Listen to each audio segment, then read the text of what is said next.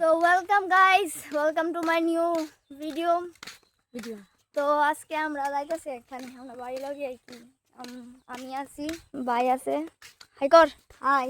ছাগলে হাই করতে পারে না গাইস, তো আমি কয়ে যেমন লাগে শুরু তো বুঝে না।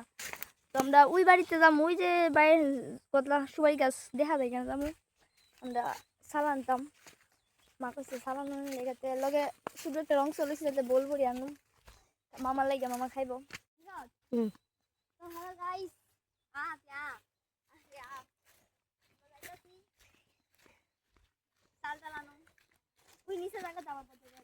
ভিউটা আছে মানে কি সুন্দর, তোমরা রোদের লেগে বুঝা যাচ্ছে না, কিন্তু চোখে দেখে ওয়াও ওয়াও করবে। এত ক্যাঙ্গারু, মানে ক্যাঙ্গারু ক্যাঙ্গারু পুরা গাইস। আমরা আমরা বংশের ভিতরে সবাই আমরা ট্যাংরা ট্যাংরা বলতে ছুরি মাছের মতন, রাবার গাছের ভিতরে ফাতাই নাই। আজকে ব্লগটা বেশি বড়ই তো না, ছোট মিনি ব্লগ।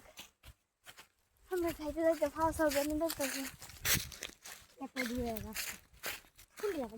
নাইলে বাজে 3:40। তো আমরা বাড়ি ওই জায়গাতে গাছ গুছ জঙ্গলের মধ্যে, আমরা আয় পড়ছি সমতলের মধ্যে। এই দেখো আমরা দেখে লজ্জা পাইছি, দেখা করাটা বদ্ধ করে দিছে। আরেক ছাগলের শুয়োর দিক ডরাই গেছে গা। হ্যাঁ ভাই, তো অনেক কিছু আছে, মানে আমরা যাবো আগে দেখবো।